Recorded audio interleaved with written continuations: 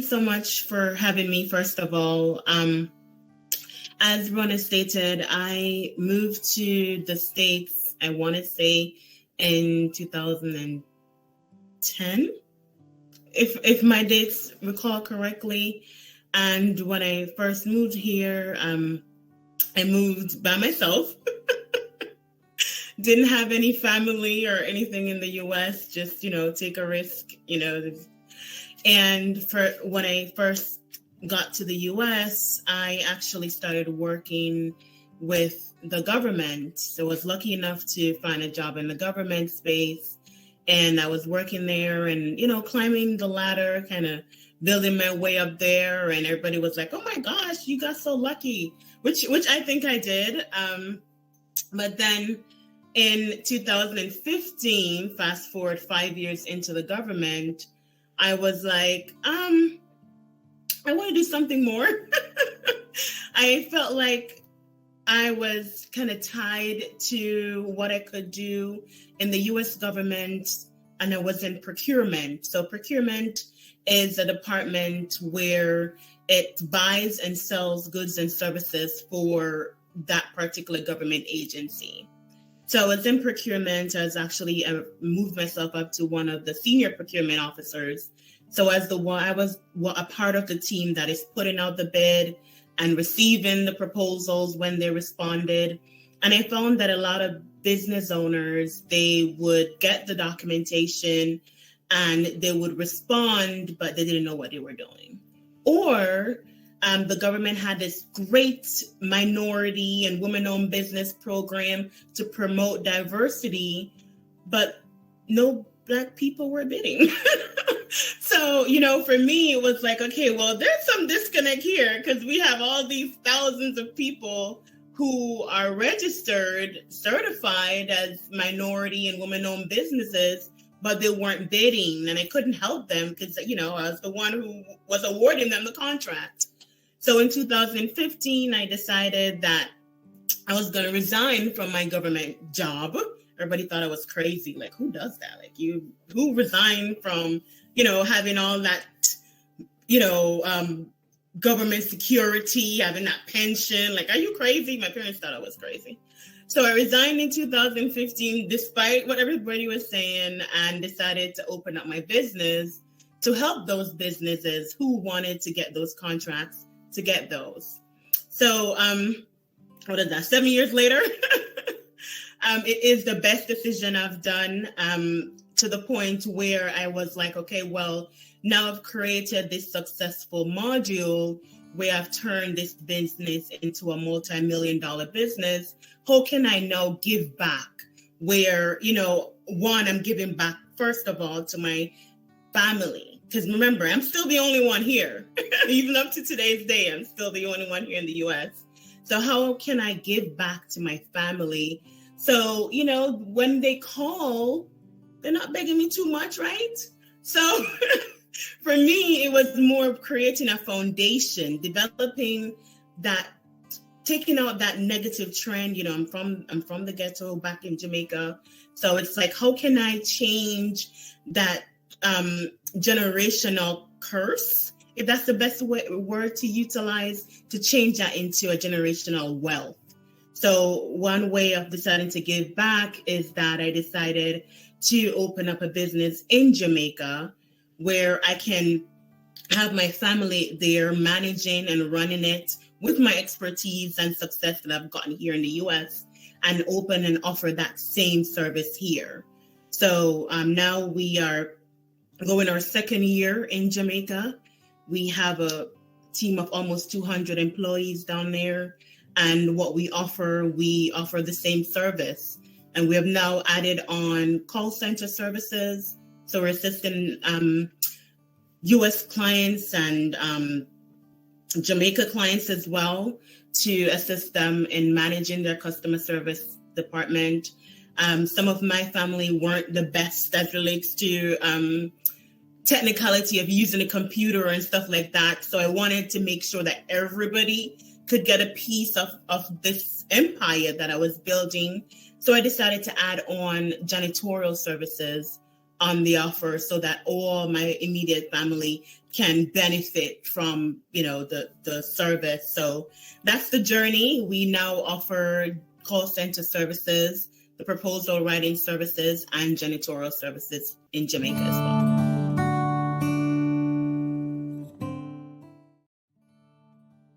The thing that I was going to add on actually leads right into your question. The biggest factor for me, I believe, is the fact that I was able to come into a niche market. So I always tell people when they're like, oh, I want to open my business, I always say, open something that is fixing or solving a need, right? Yeah, some people will say you want to get into the business where you do something that you love. Trust me, when you start seeing those millions, you will love what you do. So I always say, find something that is solving a need. Think outside the box. Like don't go into a business where it's overpopulated. There's a lot of competition there. Think about what you can offer. If you think about, okay, if you're going to the grocery store, what are some things that when you go into the grocery store, you wish they had? Like, someone, for instance, they started using now the motor cart, right? Someone invented that because somebody was tired walking around in the grocery store. And someone invents that, and now all the grocery stores buy these motor carts that you can sit on and drive around in a grocery store rather than walking. So just think about what need can you solve? If you're I talk about grocery store, when you go to the doctor, like what things do you hope that they would have there? When you're taking the bus, what things you're like, I wish they would have this, or, it would really be nice. So if you think about your phone, some certain applications, so try to find and solve a need. And don't think that you have to do it yourself. Because trust and believe. Bill Gates said one time that he dropped out of school, or the computer school, to build IBM. But then he hires his friend who exceeds in the IT school to become now an engineer for him. So you'll find somebody who will be able to do it for you. If you don't know what to do, hire somebody that is smarter than you, who knows what to do. Ask them how much they charge for this service and mark it up and sell it. So that for me, I believe is the success. Just realizing that I alone can't do it and offering something that there was a need there that I'm fixing. So I don't have to worry about any competition. Because you walk into a room, I'm yet 7 years in, I'm yet to have anyone ask me how old I am. They don't care. As long as I can solve the need, right? I've gone into a boardroom with older white men, and they were there. I'm giving my presentation. No one asked how old I was. You could clearly tell I was the youngest in there. No one cared what color my skin was, because why? I had a need. I was solving a need that they needed. None of their other counterparts could give them that. And I was the only one that can offer that. So that, I believe, is the reason for my success.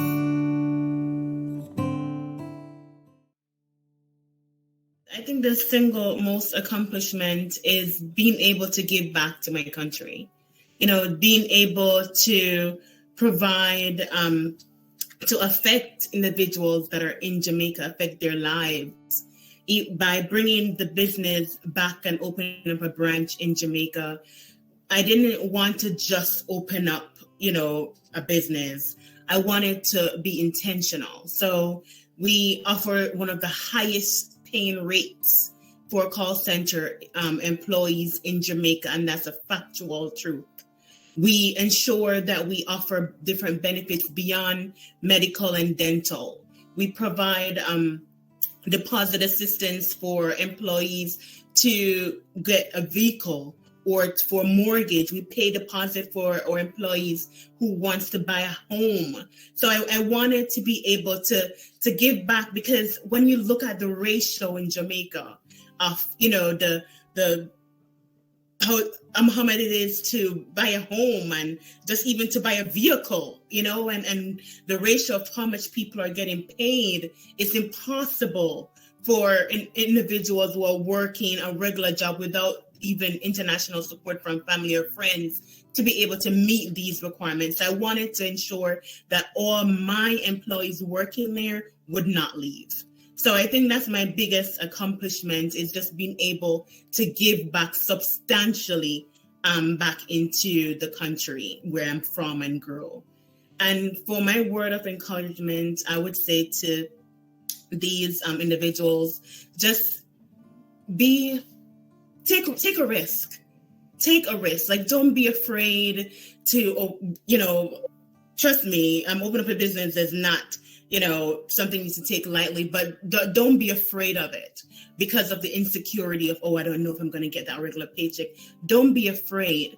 As I go back, if you do your research and solve a need, you trust and believe you will make your money and be successful.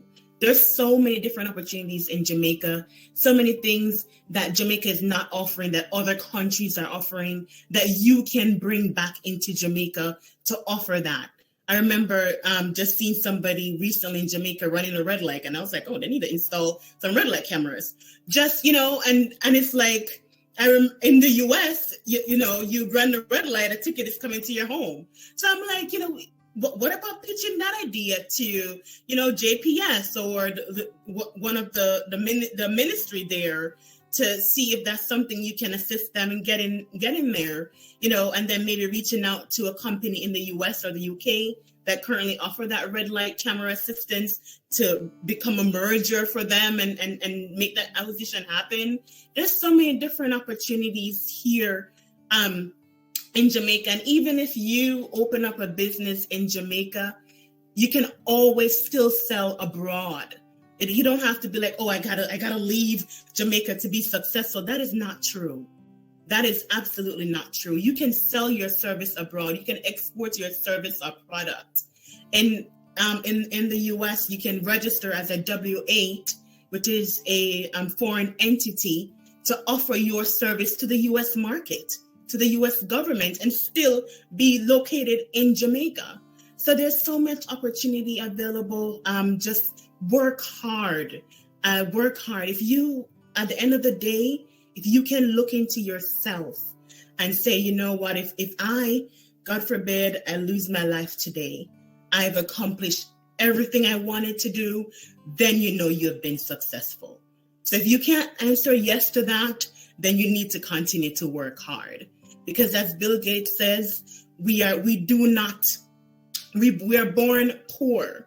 That is unfortunate. But if we die poor, that is our mistake.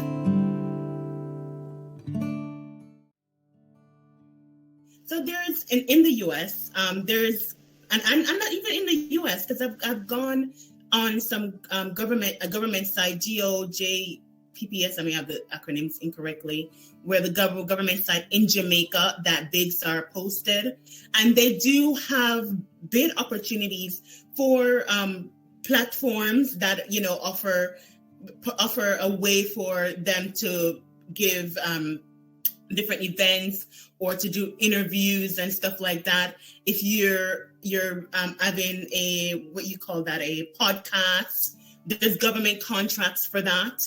So there's so many contracts. If you know how to run social media and you're pretty good at digital marketing, there's government contracts for that. I've seen bids even in Jamaica for social media marketing, podcasts, people who have a platform and have gathered subscribers. So there's so many different opportunities. I would say to research. You'd be surprised as to what. I've had somebody come to me who make wigs, and they said, hey, I'm a hairdresser. I make wigs. Is there a government contract for me? And I was like, I don't know. But then I went on there and I saw a contract for the Cancer Society for them they want someone who make wigs to supply their cancer patients at the Cancer Society hospital. I didn't even know that there was a contract for that. So you never know what it is that your idea, you may be like, oh no, that idea is not good at all. you'll be surprised that there's a service or a contract out there with your name on it.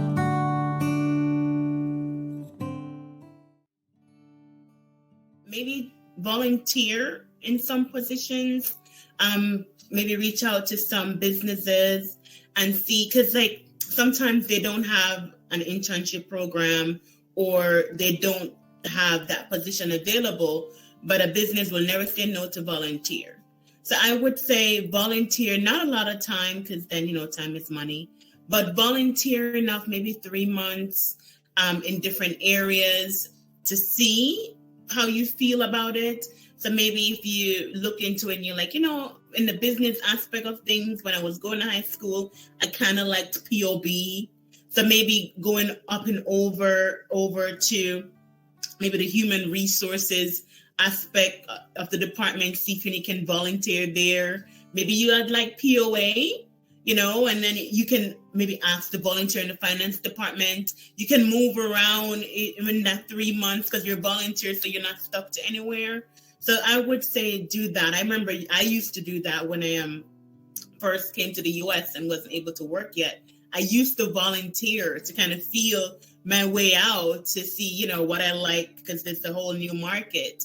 Because our business will never say no to volunteer. So that's my suggestion.